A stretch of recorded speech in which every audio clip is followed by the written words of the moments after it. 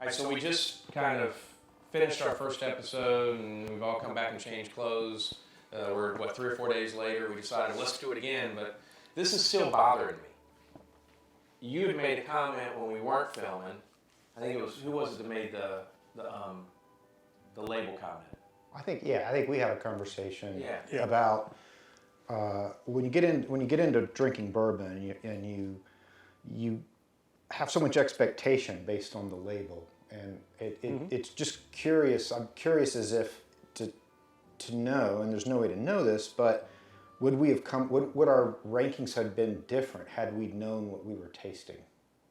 I think so. I mean, I think there's always a preconceived, if you open an expensive bottle of wine or an expensive bourbon or something like that, and you think, oh, well, this is $75 for this bottle of bourbon. It must be good. Must be good, yeah. Somebody thinks it's worth something.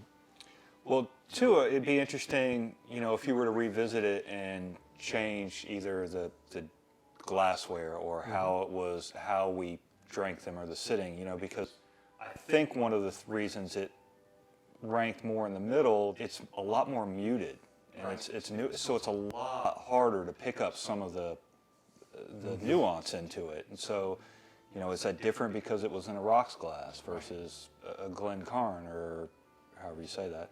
Well, I mean, I think that's how we grow. And I mean, for someone that's seeing this for the first time, obviously, the three of us travel together some with our wives, and the three of us are fraternity brothers. Mm-hmm. And so we've known each other for years. I mean, Kip's been in my house when I had a hot tub, and we had some parties and stuff like that.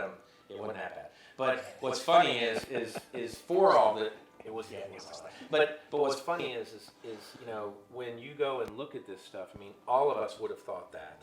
But what it ended up being is that, with Neil's new slide rule and abacus scoring system, this was 8 points, and then each of these had 5 points. Mm-hmm. And so I went and purchased today's stuff at the ABC store, and when I was talking, I told one of the guys there what happened, and it didn't surprise him. Really? Yeah. Interestingly, it did not surprise him.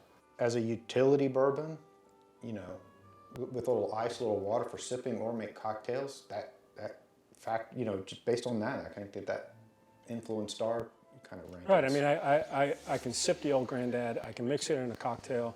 I'm not putting the Eagle Rare in a cocktail. Oh, come on, bourbon and Coke?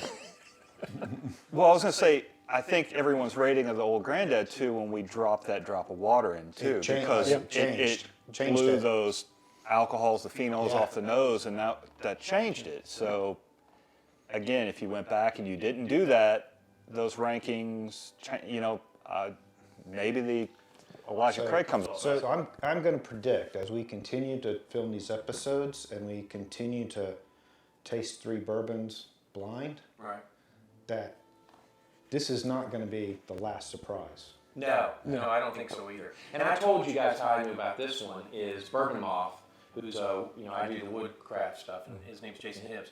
Jason, this is what he drank. It's like, hey guys, I ain't rich. This is what I drink. That's his daily drinker. Yeah. This is probably what I drink the most of right now, as you can see. I'm going to put this in an old fashioned, and this is like when at special occasions, I'm going to sip a little bit of that. We have the tasting wheels, and of course I still don't understand that, so we can make fun of that. But we got water now. We did decide, another thing was that we decided that if we do add, water to one, we need to add it to all of them. So we'll do a taste of the first one and then add a tap of water to it or whatever, and taste some more. And so, anything you guys want to add more to this, or do you want to go to episode 2.5? Let's go 2.5. Let's go taste. All right, cool.